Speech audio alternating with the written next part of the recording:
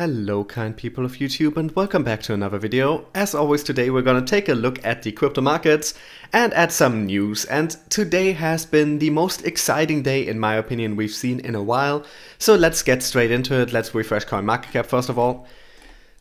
We are seeing a bit more movement here than we have in the last couple days. If you remember the last week or so, especially if you've been watching my videos where I talk about it every single day, the market cap has been pretty stable. There has been very little movement between major coins. Pretty much everything has been moving less than 1% most days, with the market cap being stuck around 208 billion for a couple days.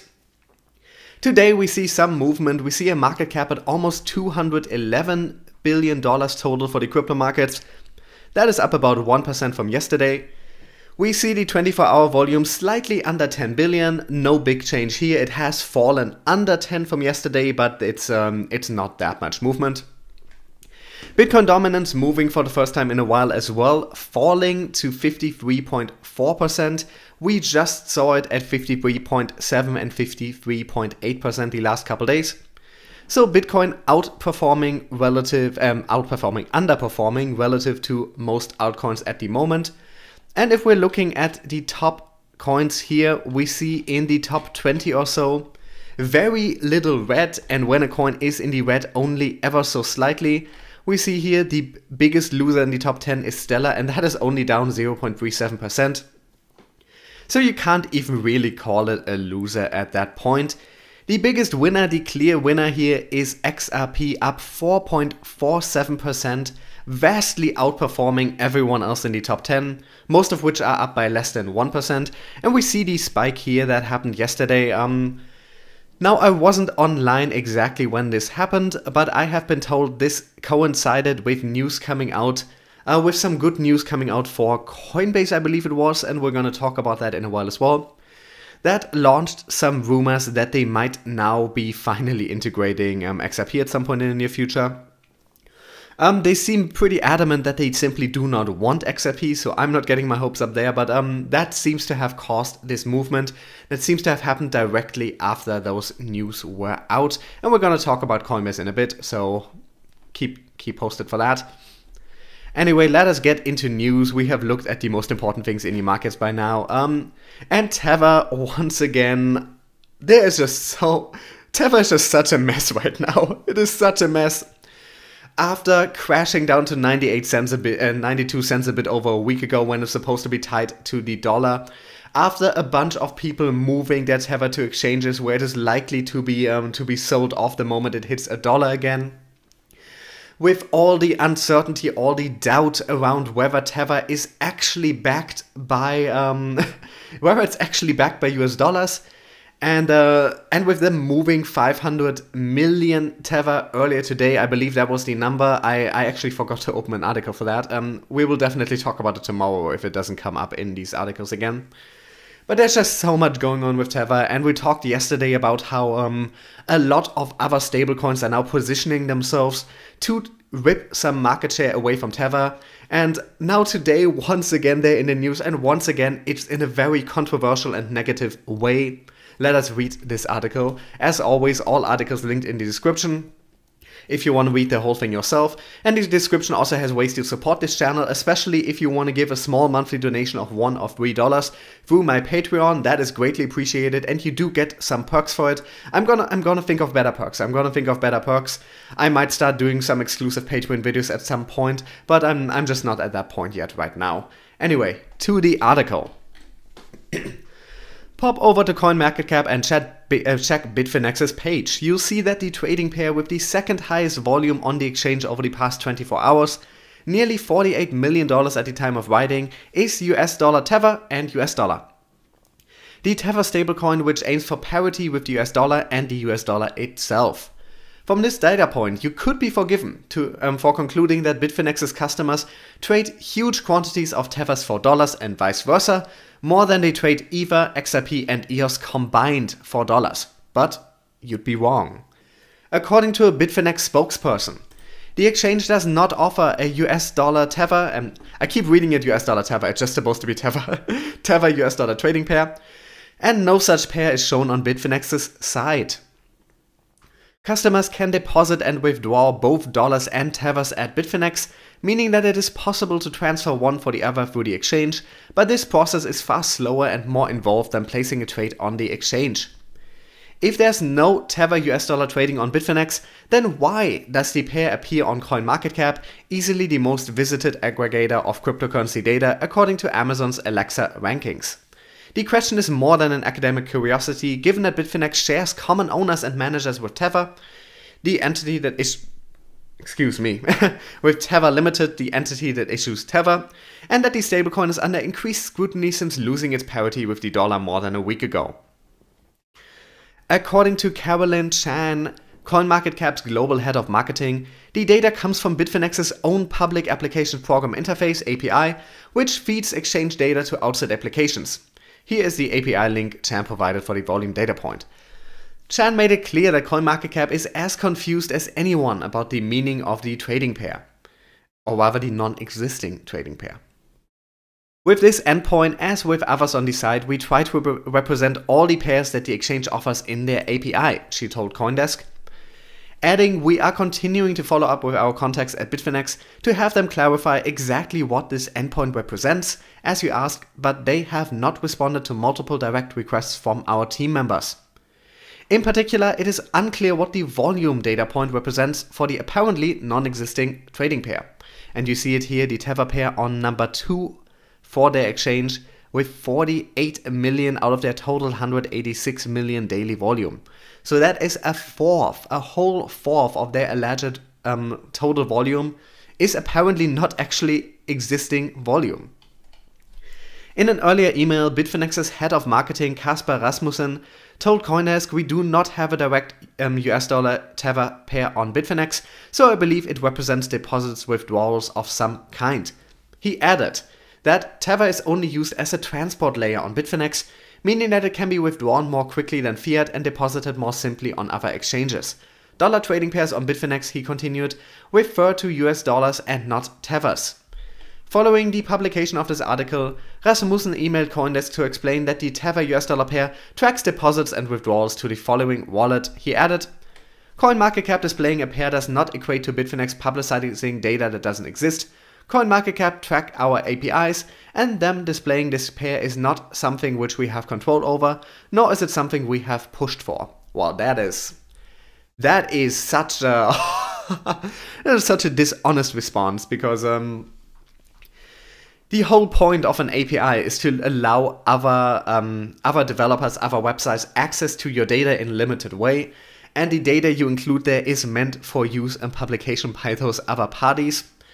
And if their API includes a misleading or non-existing data pair, and they just keep, they make it public and they let people continue using it, and no one noticed? Nobody at Bitfinex uses CoinMarketCap and noticed, our overall daily volume is exaggerated by 33%. Nobody noticed that?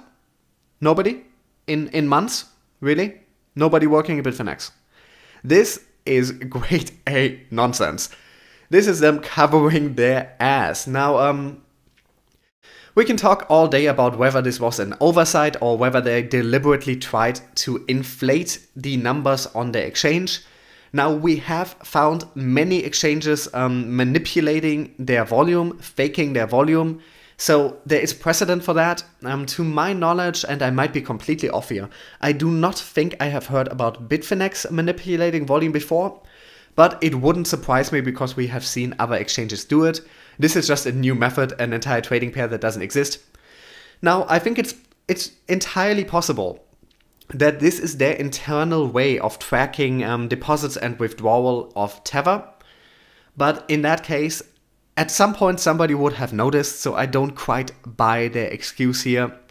Somebody would have noticed that in the API this is just represented as another trading pair, meaning that all pages like CoinMarketCap, all aggregators like that, would be showing it as a trading pair, let alone their second biggest trading pair. Someone should have noticed this at some point. Now, I'm not gonna say whether they are actively manipulating here or whether this was an oversight that they just failed to fix, But the one thing that I don't believe is that nobody there realized, and that this is completely unintentional. That smells. That smells. Anyway, we don't have to read the rest of the article here. This is just the latest in a long line of just questionable things coming out around Tether. Now, you might wonder what does it matter? Why does it matter if there's 48 million contributing to the Tether market cap that don't actually exist? Well, if you look at CoinMarketCap here, and we're refreshing that, Tether, the volume here, 1.7 billion. Now, 48 million is just a drop in the bucket there. That is just a drop in the bucket. But if you're looking at the top exchanges, and here you have, where is it? Bitfinex. Their volume, 24-hour volume, 191 million US dollars. Now, look at their adjusted volume now after they took out Tether. Without taking out Tether, Bitfinex would be appearing here on number 7. Without Tether, it appears barely at number 10 and is pretty much fighting for number 10 because it's so close to numbers 9 and 11. So this is absolutely meaningful here because this list is what people base which exchanges are important, which they're going to use on. This changes their amount so much that that is the difference between number 7 and being stuck between 9 and 11 somewhere. That is the difference that just this Tether trading pair makes. And also here, looking at the volume for Tether, like I said, it is a drop in the bucket, but if other exchanges are also doing stuff like that, if other data is also misrepresented, that can have a pretty big effect. I mean, that is more than the entire volume for Stellar. Stellar is number 6. The non-existing amount of Tether volume is more than the entire volume for the number 6 biggest cryptocurrency. That is absolutely scandalous, and whatever the reason, whatever actually happened here, we will never know. You can't prove, unless someone leaks an email where they were planning to do this, you can't prove that there was any malice going on here, that there was an attempt to misrepresent. But I sure as hell don't buy that they didn't realize this at some point, that nobody noticed. This could very well just be a mistake in their code, an internal way of tracking this that they didn't realize initially how it would be reported. But this remained in the API until CoinDesk wrote a report out about it. So all in all, this is not looking good for either Tether or Bitfinex. And since they are also connected, there's additional reason here that they would have reason to play with Tether's volume. Anyway, continuing on with some happier news. XRP just got its first exchange that uses it as the base currency. Now, having an exchange that uses a token as a base currency is pretty big news because except for Bitcoin, very few cryptocurrencies have this. And it's important for a variety of reasons, but it gives a token some legitimacy. It is just technologically superior in some ways to use one token over another. And if we ever want the crypto markets to be unchained, unlinked from Bitcoin and not to just move exactly how it is moving, we need to get away from the idea of Bitcoin as the base currency for the entire rest of the markets. So I am very much welcoming this. So let's read this article from Ethereum World News introducing XRP United, the first full exchange dedicated to the digital asset. And I'm gonna warn you in advance, this does read more like an ad than a news article, but it's still some... Sorry, I just ate and for some reason my belly doesn't want me making a video right now. Like I said, this does read a bit like an ad, but I do think it is absolutely newsworthy, and if you're an XRP supporter or if you support Ripple, the company, then this should be exciting news for you. But I do want to preface it by saying I am not here to endorse this exchange. I have not looked into it deeply in any real way. I just want to report on the fact that it exists and that it's an exciting new thing for XRP. In a Twitter announcement, prominent XRP community member Bank XRP informed the crypto community of the launch of the first full XRP-based exchange.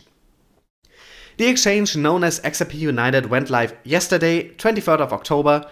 Users who want to test drive the exchange can visit xrpunited.com. There's also a Discord channel dedicated to new users on the platform.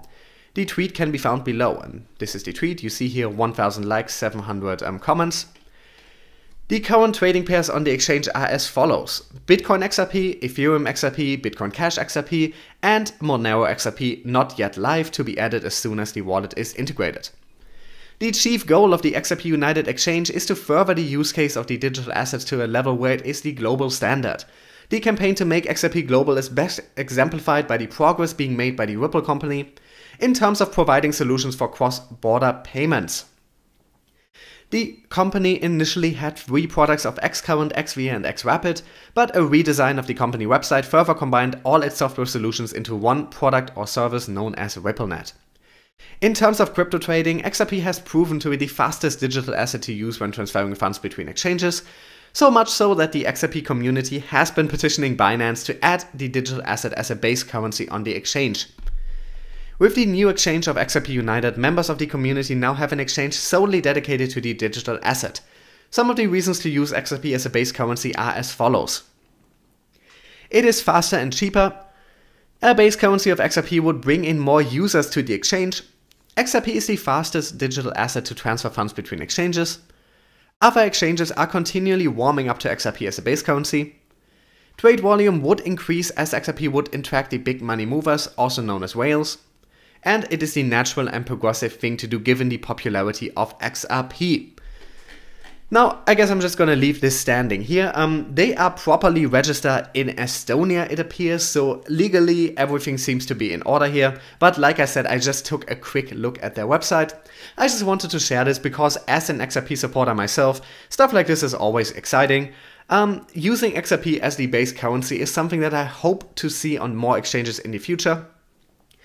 And I hope to see more trading pairs with XRP in them in general pop up in the future. And we see a lot of Ethereum trading pairs, and that is one of the main reasons that Ethereum has such a high volume. Compared to XRP, usually Ethereum has about 3 times the volume of XRP, despite only having a market cap that is about 15-20% larger. So a lot more movement happening on Ethereum than on XRP. And having XRP in more trading pairs on exchanges, especially as the base currency, will help get the XRP volume up in the future as well. Continuing with some news about new developments in the crypto world and not just controversy, Nasdaq wins blockchain patent for smart contract-based information release system. Now, Nasdaq, of course, has other patents to my knowledge already, and this is their latest one. The world's second largest stock exchange by market cap, Nasdaq, revealed a new blockchain patent awarded Tuesday, October 23rd, in a bid to tackle the release of information for the media industry. The application, originally filed in January of last year, makes reference to an information computer system provided for securely releasing time-sensitive information to recipients via a blockchain. The issue at hand, Nasdaq states, is the often convoluted process of releasing timely information to the media while keeping it secure and watertight from a legal standpoint. Blockchain technology, or more specifically smart contracts, could be used to automate and ensure the security of the information release process. A submitter submits a document to the system, and a blockchain transaction is generated and submitted to the blockchain based on the document. An editor may edit the document and an approver may approve the document for release to the recipient. The patent explains in an outline of the innovation, adding, each modification and/or approval of the document is recorded as a separate transaction on the blockchain, where each of the submitter, editor, approver, and recipient interact with the blockchain with corresponding unique digital identifiers such as private keys. The patent marks the latest step in Nasdaq's interaction with cryptocurrency and blockchain. In June, the exchange tested a blockchain proof of concept for securities collateral and has also filed for other patents linked to the technology. Last month, meanwhile, Nasdaq executives said they were looking at adding cryptocurrency data to its market analytics tool after users showed what it called abundant interest. So we see here once again Nasdaq, huge in traditional finance, moving more into the blockchain space. This is a very interesting application in my opinion, and one of the main things that blockchain is an obvious use case for. making sure that information transfer is fast, quick, secure, and most importantly, transparent, that everyone can follow what is happening when you need to get important information out quickly to a lot of people, when you need to make sure the information isn't being tampered with, that everyone has the full picture. That is a very exciting use case here, and I'm excited to see what they will actually end up using it for. I'm gonna assume this will be to publish stock data and stuff like that to investors. Continuing on, and this I'm not going to read the whole article out, just letting you know that this is happening. A new stablecoin tied to the Australian dollar is launching on Stellar's blockchain.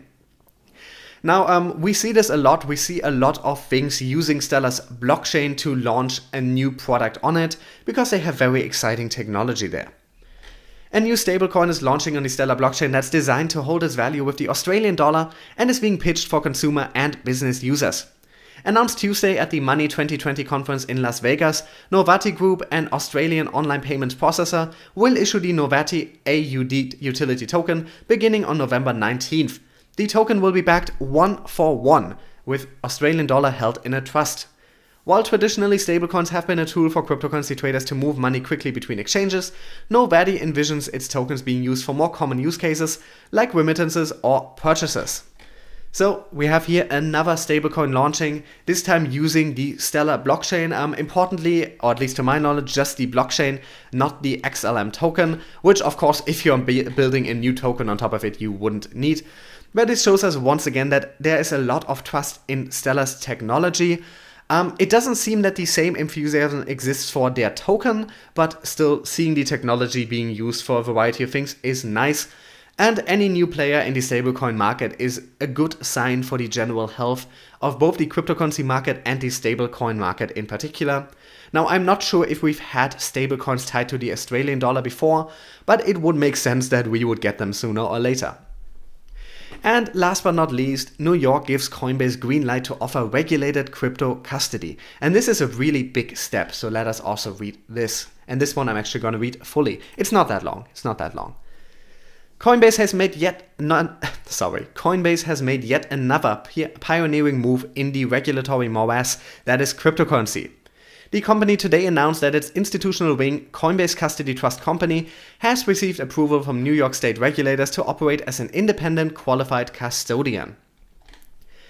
A qualified custodian operates similarly to a bank, so much so that it is sometimes referred to as custodian bank, in that it is authorized to hold money for other people. In general, the purpose of a custodian is to minimize theft and/or loss of funds.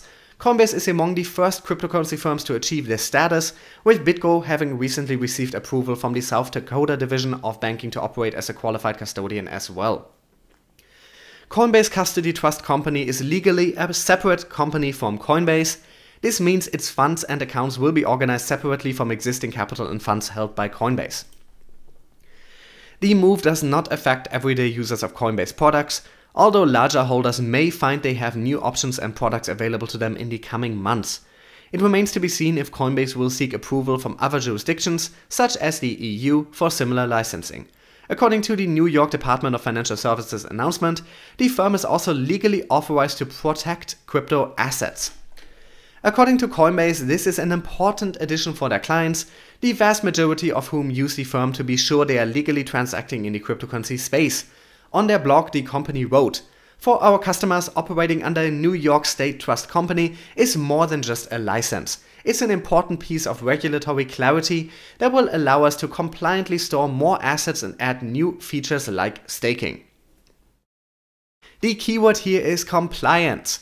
While many in the Bitcoin community still take issue with the Bitcoin Bank business model or the influx of traditional financial operators into the crypto space, plenty of newer converts and people interested in cryptocurrency have a much greater fear of government reprisal for the unregulated use of cryptocurrencies.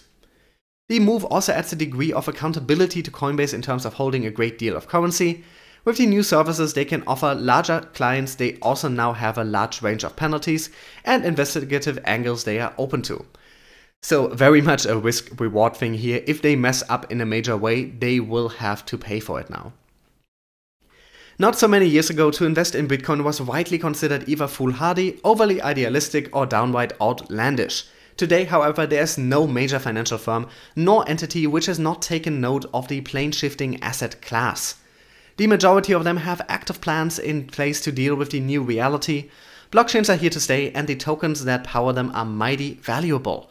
Folks like veteran banker Jamie Dimon may continue to disparage cryptos while quietly strategizing to profit from them. But today's smart money knows better than to believe his epithets. Coinbase has, since its inception, understood what cypherpunks might prefer to minimize or ignore. Bitcoin and other cryptocurrencies have the best chance of survival when governments do not actively have them in their crosshairs. I can definitely get behind this, I hope we all can. I want crypto to survive, and that means we have to play nice sometimes. The establishment and licensure of Coinbase custody is only the company's latest move in line with this philosophical realism. So very exciting here, they don't become the first custodian, but one of the first. And as one of the largest companies in the crypto realm, this is very reassuring. They will be able to offer a lot of new services, particularly to institutional investors who might be willing to move a lot of money into the crypto space. This just gives crypto a lot more accountability, a lot more of a good image, and it opens the floodgates for a lot of new financial products that they weren't able to offer before. I hope more exchanges follow suit, and with that I'm gonna let you guys go for today. As always, thank you so much for watching. If you like my videos, please make sure to subscribe, and if you can and if you would like to, please consider supporting the channel even just with $1 a month through Patreon or with a one-off donation in a crypto of your choice. There's a lot of stuff like that in my description. Anything is much appreciated. In the description you also find all the links to these articles. You will find the links to my social media pages. The YouTube channel has an official Facebook and Twitter page, and you will find an email address where you can send me questions for a potential question and answer video. Thank you so much for watching, and I'll be with you guys again tomorrow.